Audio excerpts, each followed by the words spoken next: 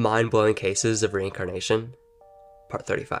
About 2 weeks after his second birthday, James woke up screaming and crying around 3 o'clock in the morning, which his mom said was so bad it was like he was being killed. His parents ran into his room to check on him, and he was repeating, "Airplane crash, on fire, little man can't get out." His dad started asking him questions like, "What happened to your plane?" James said, "It got shot." He asked, "Who shot your plane?" James said, "The Japanese." He asked how he knew it was the Japanese. James said, "The big red sun." His dad asked where his plane came from. He said, "A boat." He asked if this boat had a name. James said, "Yes, Natoma." There was, in fact, an aircraft carrier called the USS Natoma Bay that supported the Battle of Iwo Jima in World War II. He found it a complete mystery how a 2-year-old knew that information. The next day, his mom talked to her mom and told her all that had happened with James and what he was saying. She replied with, "Maybe he's experiencing a past life," and his dad flat out said, "That's bullshit." He said, "That is not happening in this house. I don't believe that stuff, and if that's what you're thinking, I'm gonna prove you wrong."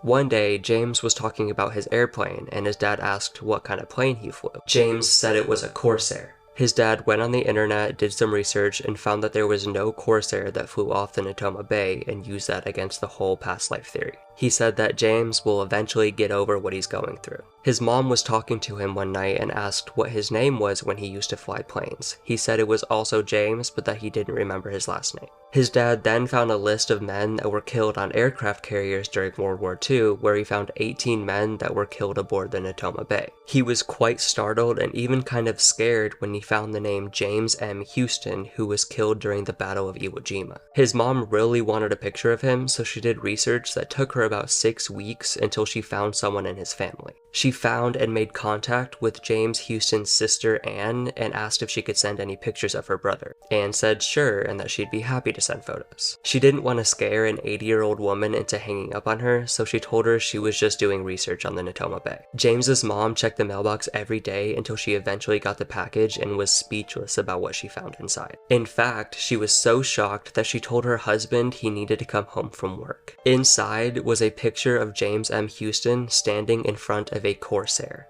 They found that before James was assigned to Natoma Bay, he was in a Navy squad that flew Corsairs. By this point, they told James' sister Anne the truth about why they wanted the pictures. They actually ended up meeting her, and right away, James was comfortable even calling her Annie, which is what her brother used to call her. She said all the information was very shocking and surprising, but that she does believe James is the reincarnation of her brother. His family then went to where James Houston's plane crashed to have a memorial. They even brought a bouquet of flowers from Tokyo to lay on the water. Initially, James seemed fine until his mom said it's time to say goodbye, which is when James visibly got upset. He threw the flowers in the water and then cried for over 20 minutes. Even now, at the age of 24, James maintains his belief that he is the reincarnation of James Houston. He says that the memories have lessened, but if he really tries to, he can remember the plane crash. He hopes that one day, scientists can find evidence proving reincarnation.